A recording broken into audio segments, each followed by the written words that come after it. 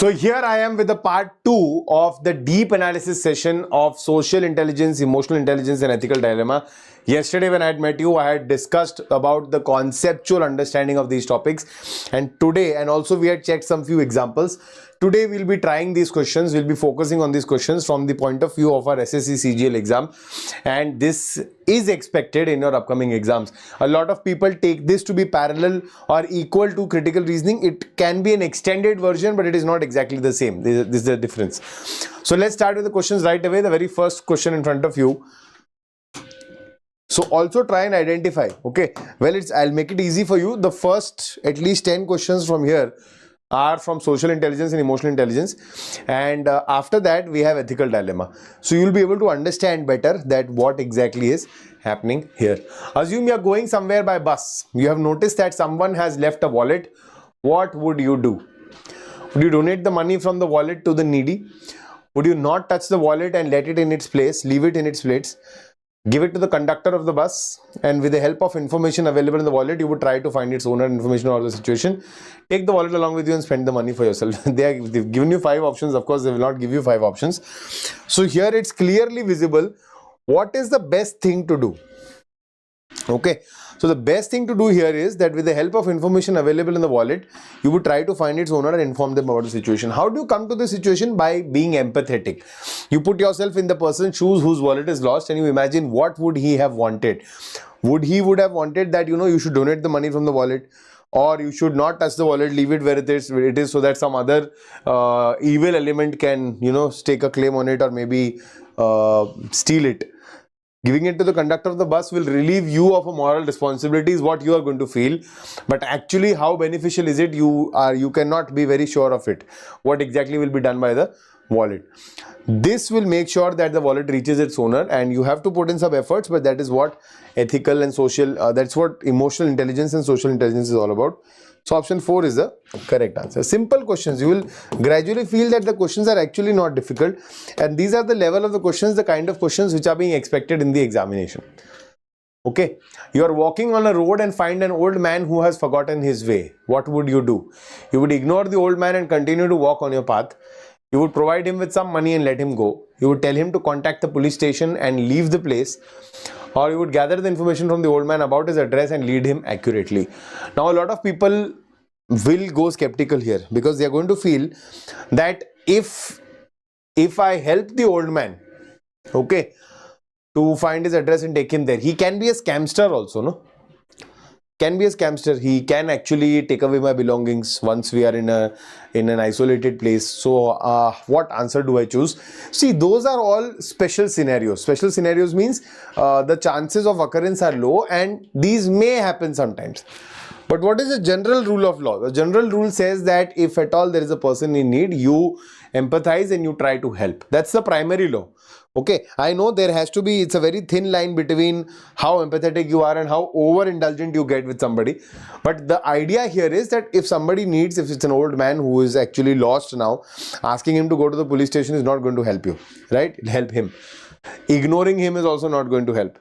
Providing him with some money, maybe he didn't need money. Maybe he was from a good household, just that he's lost his address. He's not able to find it. So that's also not help him out.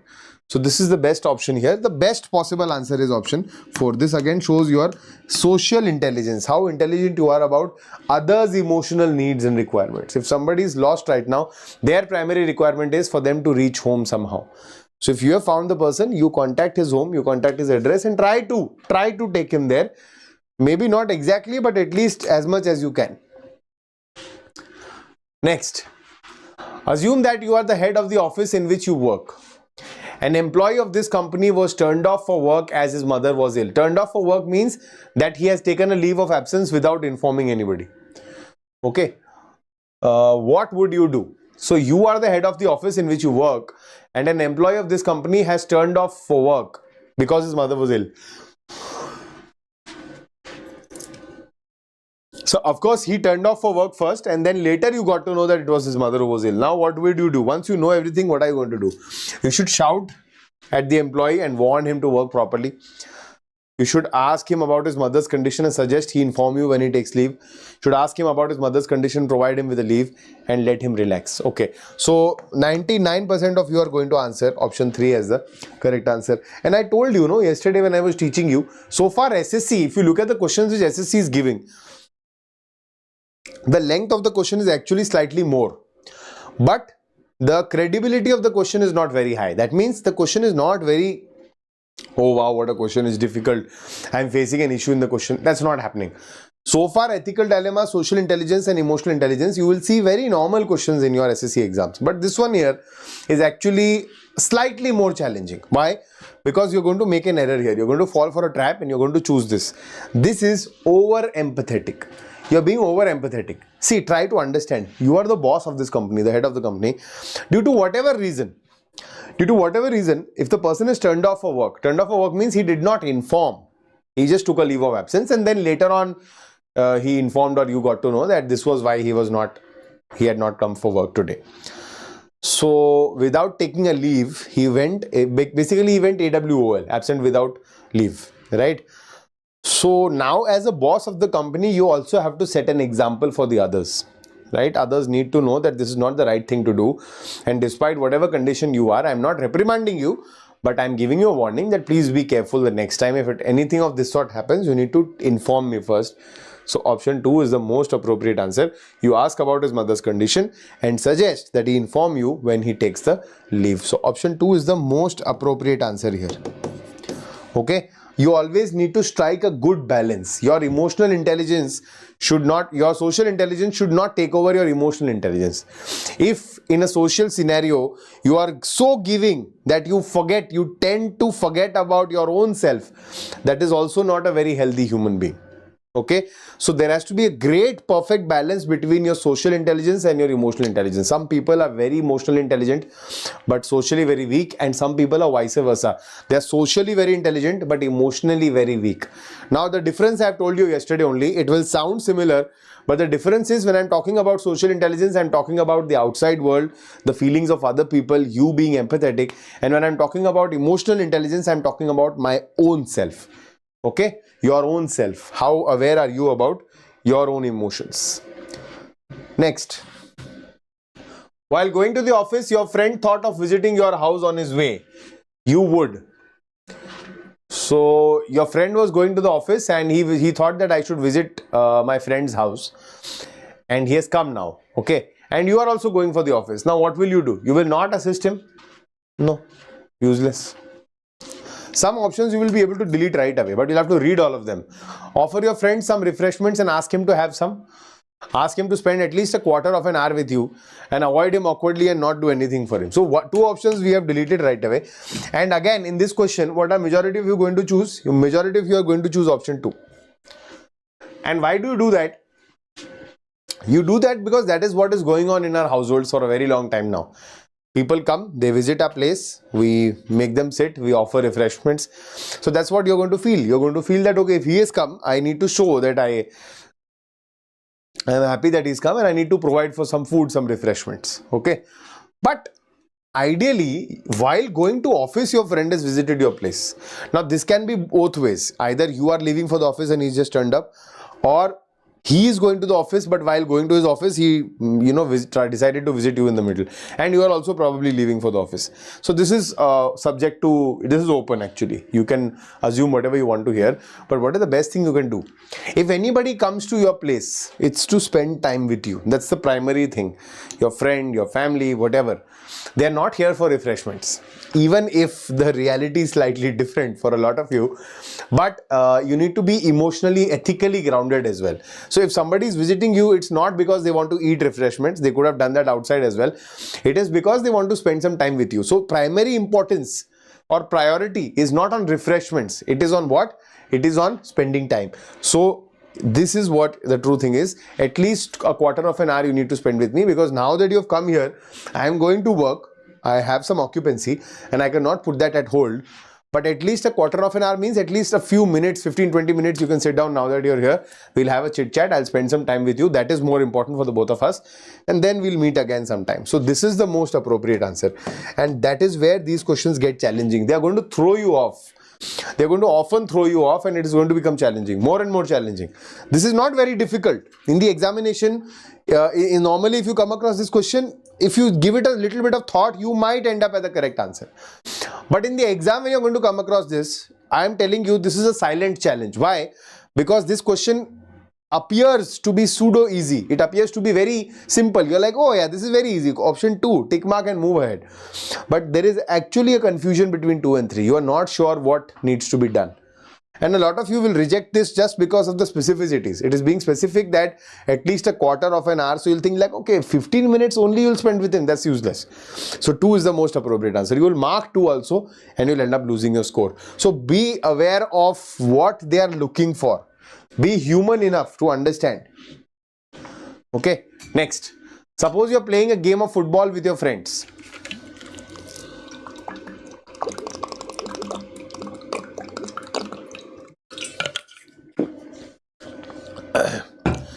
Suppose you're playing a game of football with your friends. Your kick injured one of your friends and blood started to come out from his nose. What would you do? You would try to blame someone else? No. You would take him to the first aid room. Okay, that seems to be the most appropriate thing to do, but still let's read the rest of them. You'll get frightened and leave the field. You start fighting with their friend and tell them that it's all his fault that he came in the way. No, of course not. Option 2 is the most appropriate. And I told you mostly these are the kinds of questions which are being asked. Very simple, very easy, very direct. You can attempt them right away without any issue.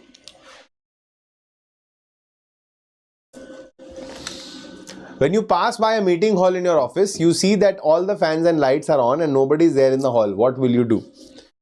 So you will report to the officer in charge. Again, I'll give you some confusion here. You will call the peon to switch off the fans and lights. Of course, this one can be rejected because if you're passing a meeting hall, you will switch off the fans and lights yourself and you will do nothing and pass by thinking that it is not your business. So B and D we can, reject right away. But a lot of people will think that if something of this sort has come to my notice, that means the people who were in the meeting hall before me were lapse. They have made a lapse in judgment. They were not very cautious about the fact that the lights and electricity needs to be switched off. So I need to report it to the officer in charge that this was what has happened and it's a wrong thing, so that they can also be reprimanded. It was just light, electricity which was switched on.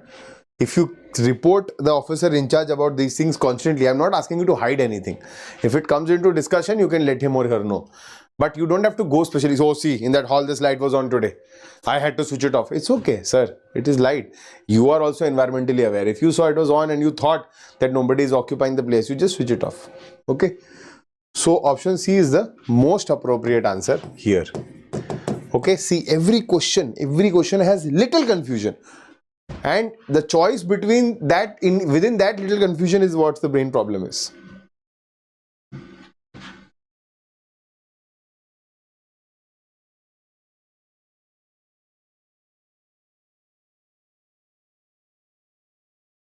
Next. A house in your neighborhood suddenly set on fire. What would you do? You try to save your own house first.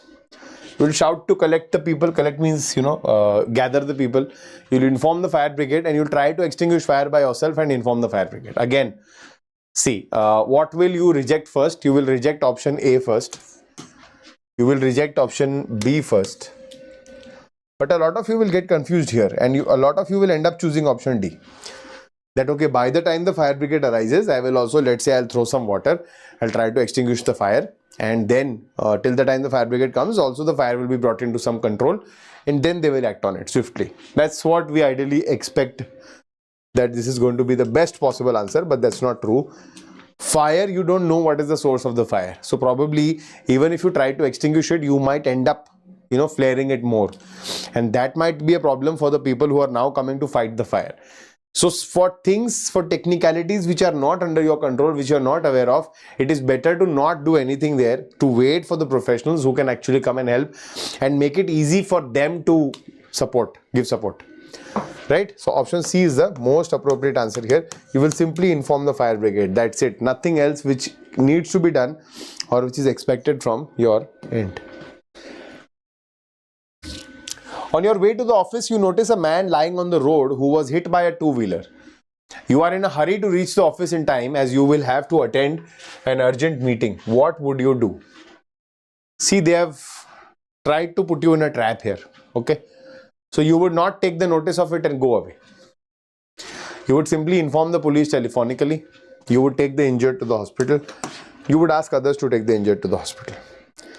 Okay. A lot of people now will get confused within these three, and you will end up rejecting option C because of reading this. You are in a hurry to reach the office.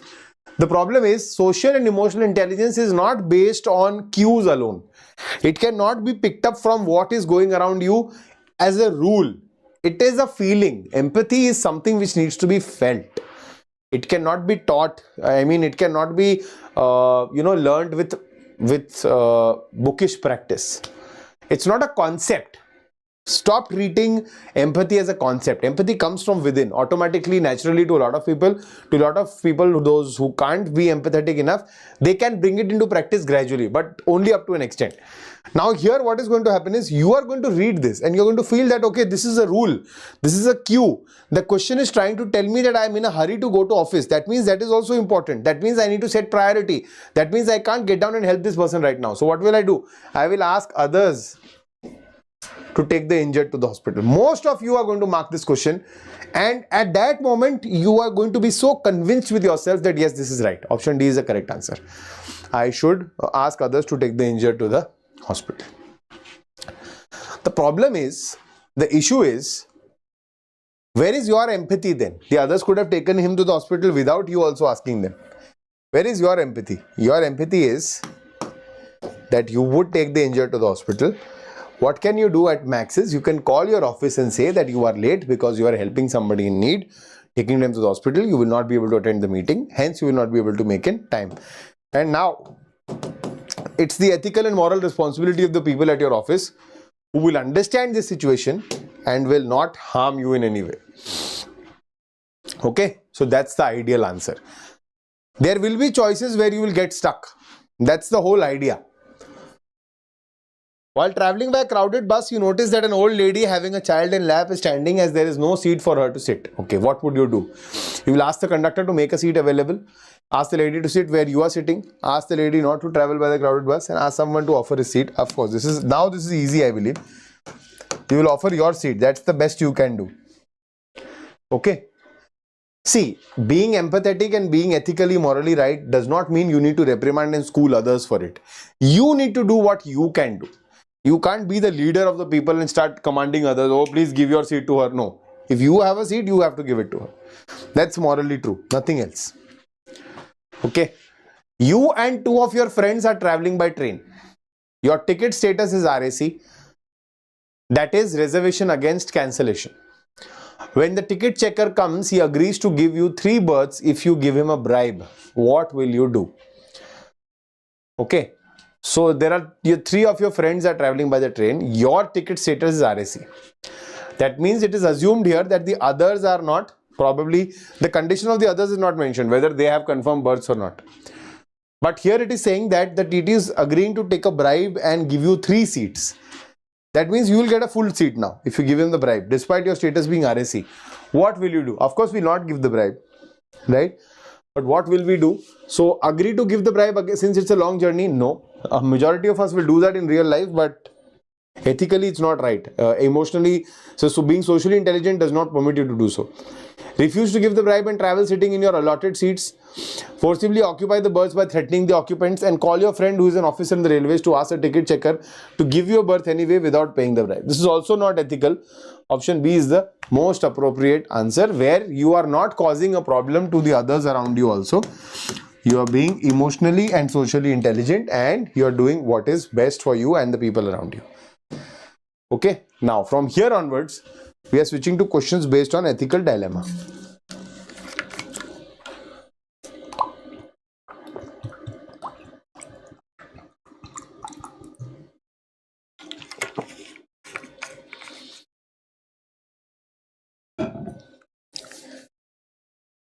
As the head of procurement for a government project, you have 3 bids. Bid A is the lowest and compliant.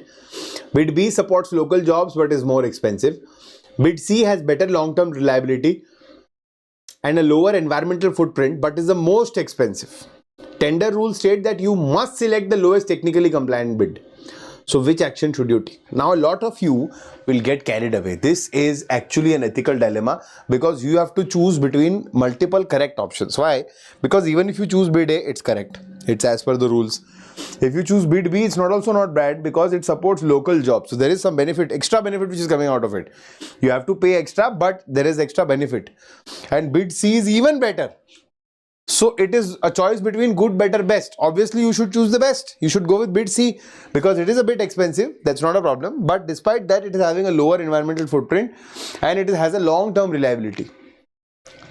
But this is your constraint. The constraint is the tender rules state that you must select the lowest technically compliant bid. So the bid has to be technically compliant and it has to be lowest. I don't care about the history, the geography, anything related to it. It has to be the lowest bid and it has to be technically compliant. I can only reject it if it is not compliant. And here it is written that bid A is the lowest and the compliant. Okay, so there's no option. I will have to choose bid A strictly following the tender rules. I cannot choose bid B, I cannot choose bid C, and I cannot request for a re-evaluation. A lot of people will request this. I will request a re-evaluation of bids with new criteria. You cannot do that also. You have to take a decision. That is what ethical dilemma is. And you will always see one option which is going to take you away from the dilemma. See, what is a dilemma? Dilemma means I am stuck at a two-way. I don't know what road to take, whether this one or this one. And dilemma means I am stuck in that situation. There is no way out. I have to choose one option. Okay. But if suddenly I give you an out that, okay, there is one way, I'll pick you up from a helicopter and you can be out of this dilemma and then I'll place you on the original road. That is not allowed. So in a situation where you are in a dilemma, you have to choose. You have to make that tough call, that tough decision. So often they will give you an option which is going to take you away from the dilemma. You have to resist that option always because that is going to seem very correct. Here right now it will seem that yeah, bid C was actually very good. Why don't we ask them to rebid? That is only going to make the process longer. It's going to cost the company a lot and it's going to create a lot of problems. So option A is the most appropriate one. If as per the rules it is being followed, then it should be a fair chance given to A as well. So that is what ethical dilemma is. I could have done a better job, but I can't. Because ethically and morally, I am bound by rules and principles. So here we use the deontological way of thinking. Okay. You are a police inspector investigating a hit and run. The only witness is a 10-year-old child. The suspect's vehicle belongs to your superior officer's son who has subtly suggested you handle the matter carefully. What do? You inform the superior officer of a conflict of interest and hand over the case. You proceed with the investigation impartially based on the evidence. You seek advice from an ethics committee. You drop the case and claim the witness was unreliable. This is not useful. Okay. And these three now understand. Informing the superior officer of a conflict of interest and handing over the case is running away from the situation. You are actually giving up. Not right.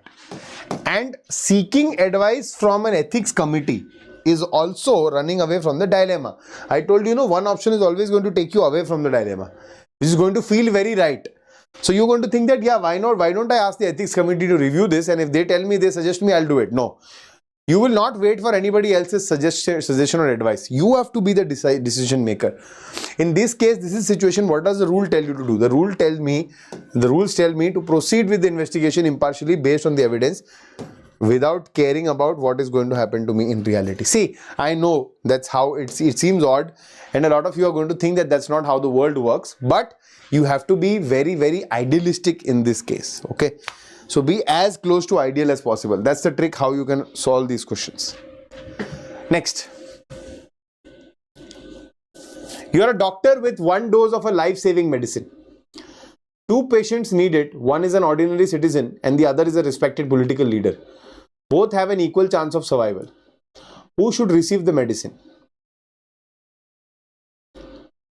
Okay. The political leader, as their life is more valuable to the public? No. Neither of them should receive it? No. The patient who arrived first at the hospital, or it should be administered based on a fair objective criterion? Now, I'll tell you, technically, a lot of us have this problem. What is the problem? Even I, for the first time when I saw the question, I marked this as the answer. The patient who arrived first at the hospital. But you have to understand one thing. In cases of tie, if the ethical dilemma is such that choosing between the two is almost impossible, there is no criteria which is being set. So then you will find some objective way. What is an objective way? I'll tell you, it sounds very awkward, I know, but for example, in this situation, if I make chits, so that's a fair and objective way. I'll make 2 chits or maybe 4 or 5 chits. I'll make 6 chits, let's say. 3 chits, I will have the name of the normal person, the patient, ordinary citizen, and in the 3 chits, I will have the name of the political leader. I will have these 6 chits mixed and I'll ask a neutral person to pick one of them. Whatever the chit says, I will administer it to them. You will think that this is bizarre. This is totally bizarre. Hospital should administer it at the first come first serve basis. But the question is trying to deviate you. I am not saying that let's say the person has come first and then the political leader has arrived a little later. Okay. It is clearly saying you are doctor with 1 dose and 2 patients need it. Now that means both of them are already there. Both of them are already there and they have an equal chance of survival. So now what are you going to do? You're going to ask, when did you check in? Sir, I checked it at 10:20. When did you check in? Sir, I checked it at 10:22. Sir, sorry, I'll have to give it to him, 10:21. Hospitals don't work on first come first serve basis, do they? They work on the criticality of the condition. A lot of times you may just have a simple cough and cold. You're sitting for an appointment. Suddenly an emergency walks in. They are going to give them preference, not you. They're not going to ask you, sir, you had come before, please go for the cough and cold treatment, let this person die in the corridor. No. Right? Hospitals don't work on the principle of first come first serve basis. I also got confused for the first time when I read this question. So you have to read and understand here. This is to deviate you. You are going to have a picture in your head that probably this guy came, he had to sit for half an hour and then the political guy rushed in and he said, oh, give it to me first. And now there's a dilemma. No, they both almost walked in at a similar time, maybe in a gap of 3-4 minutes. Okay. And the doctor has not yet given the medicine to the first person. So now the doctor is in a dilemma. What does he do? Then there is only one option here, that there has to be a fair objective criteria. If there is no criteria, you will have to create one at that very moment and then decide. Okay, it can be anything. Even if you see, I know again I'm telling you, it appears to be very vague, but if you pick up a chit and if the chit says that the ordinary citizen has to get the medicine, then it's a fair idea. I mean, it's a fair thing. I have given you equal opportunities. This is what has come out and I'm going to take the decision based on that. I know it's not an ideal case in this situation. In this situation, there can be some other ways out. Okay. But yeah, it's pretty much it. Next. Your colleague, known for their good work, has been unable to meet a critical deadline due to a personal tragedy. Your supervisor, unaware of the situation, asks you to forge the completion date of the report to save your colleague from disciplinary action. What should you do? You should forge the documents as requested by a supervisor. You should refuse to forge the document and inform the supervisor about your colleague's situation.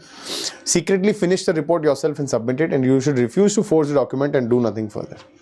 See, secretly finish the report. You're never going to secretly do anything unless it is giving feedback. Only feedback or negative comments are to be given secretly, negative constructive comments. Okay. Apart from that, regular things, praises, everything is going to be in public. Nothing is going to be secretive. Okay. So this is not beneficial. Forging the documents, even if your superior is asking you to do that, it is not ethically right. So this is also wrong. Now the problem is between B and D. Both of them are refusing to forge. But one of them is saying that inform the superior about your colleague's situation. The other one is saying do nothing further. So now obviously you will take the path of option B. You will say, sir, respectfully, I cannot forge the document. His family is in a critical condition. He's going through personal tragedies. Hence he's not able to meet the deadline. You're probably not aware of this. When he'll join, he'll do it, because we can't take this step right now. If I forge the documents, we can get caught and it can become ugly. So option B is the most appropriate answer here. Okay, next. A public servant discovers a financial irregularity in a tender process which benefits a company owned by a close friend.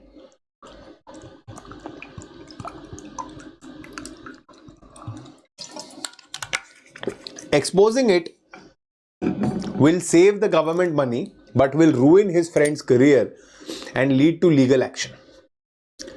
What is the most ethical course of action? See, it's a very good question. Read the courses of action.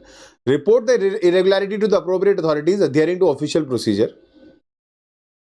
Inform the friend privately and ask them to rectify the issue without official record. Never do that. I've told you, except for constructive criticism or some sort of a feedback, you are never going to talk to a person privately, even if it's the best of your friend. Leak the information anonymously to the media to avoid direct confrontation with a friend. Nothing is going to be done anonymously because that is also going to create a problem. And any which ways, if I'm leaking the information anonymously, the jobs are going to go no matter what. Ignore the irregularity to protect the friend and their family. That is also not ethical. So the most ethical thing to do is follow the rules. Be the most ideal possible. And it says that you report the irregularity to the appropriate authorities adhering to official procedure. Whatever will happen, will happen. That's not in your control. Okay. Next. An environmental officer finds a factory owned by a major local employer is polluting a river. Shutting down the factory will cause significant job losses in the community. What is the most ethical choice for the officer? Order the immediate closure of the factory due to environmental damage. Delay the decision to allow the factory time to find a solution privately. No, nothing privately. Privately means you are doing it at your level. Not allowed. Because even if you are being generous about it, the company might put you in a situation tomorrow and claim in front of your superior authorities that why didn't he stop the company? He knew, he found everything out. Why did he keep shut? Because we have given him money. Now he's not accepting. And you can be trapped here. So be very careful of nothing to do such things never to do such things in private. Enforce a strict penalty and a deadline for corrective action to stop the pollution. And overlook the pollution to prevent the economic hardship and job losses.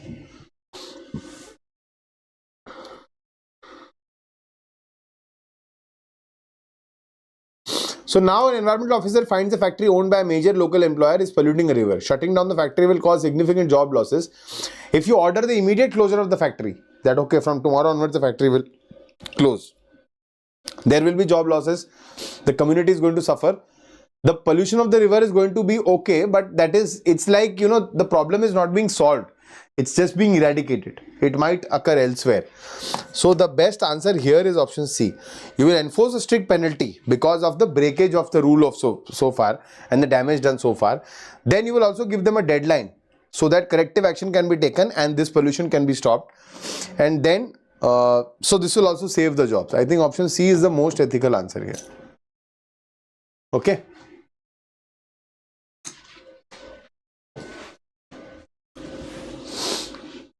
You are a manager who has to lay off a percentage of your team due to budget cuts. You have a choice between laying off a high-performing employee with a difficult personality or an average-performing employee who is universally liked. You can only save one. What would you do? You would retain the high-performing employee based on objective performance metrics. You will retain the average-performing, well-liked employee to maintain team morale. No, you will not do that. You will ask the team to vote anonymously on who should be laid off. No, never. Because that is not your team's call. This is taking you away. Flip a coin to decide as both options have valid arguments. Now this one is actually a good one. But here, see, you have to compare two questions. Okay, you have to compare two questions. In the previous case, when there was the hospital case, I told you to go with an objective solution. Objective means a fair approach, a fair outcome approach, that is to make a chit or to toss a coin. Because there was no criteria to decide who can be given the medicine first. But here, there is a criteria, performance. Performance is the biggest criteria. If there are two people who between who there is a choice that who you need to keep and who you need to reject, it is based on performance. It is not based on your likability. It is not based on the team's likability. It's not based on the fact that how good and how charming the person is. It is only dependent upon how good his working ethics are, how good his final output is, how good is he working. Team's morale, if it is being broken down by letting someone go who is the team's favorite, then it's going to increase further only. If you save him now today, you might have to save such people in future as well. But here you can be clearly ethically sound that no, he was a high performing asset. Despite him being difficult, I am retaining him. So option A is the most appropriate answer here. Don't go for the flipping of a coin. In that case, you could have flipped a coin because there was no criteria to decide. I don't know, how will I decide that who's going to get the medicine, whether it's the poor guy or the politician? But here I know what is the criteria. Okay, so we go going for a fair objective approach, that is either tossing a coin or taking a chit out, is only valid when you don't know how to proceed in the situation. There is no set guideline, and if there is no set guideline, then that's the only way out. You can take the fair option. Okay. A doctor is faced with a patient who needs an expensive life-saving surgery. The patient cannot afford it, but the hospital's policy strictly prohibits waiving such a large fee. The doctor knows they can forge a waiver to save the patient's life. Address the doctor's dilemma.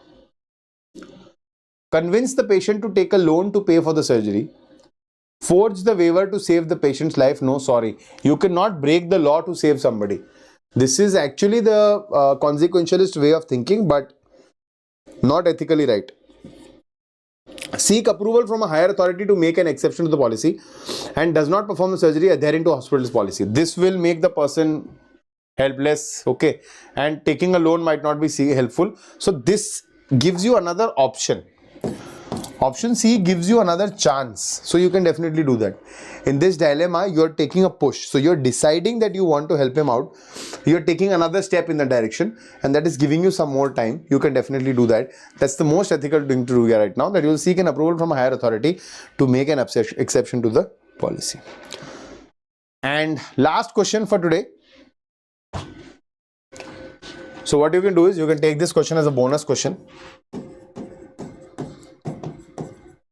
Take the screenshot of this question and put the correct answers in the chat box. Everybody, after the session is over, let me know how did you like the session of ethical dilemma, social intelligence and emotional intelligence, the kind of questions which are being asked in the SSC exams, and how helpful was it for you. Also, let me know what session are you looking for to bring for the next week. Next week I am planning a different route now. I think I have done enough deep analysis for you. You don't need deep analysis for a lot of topics. For the lot of other topics you're well aware of. So I'm planning to bring a two-set series of another session, another topic, where we will discuss questions in two sessions for the same topic. So I'm planning to do that probably next week. Let's see how it goes. Till now, that's the end of the session today. Thank you so much for watching until here. And we were to practice the questions and we have done that. Hopefully you have a fair understanding. Hit the like button, share this video across platforms, and do subscribe on the Oliveboard platform if you are new here. Thank you so much. Bye bye. Namaskar. Jai Hind.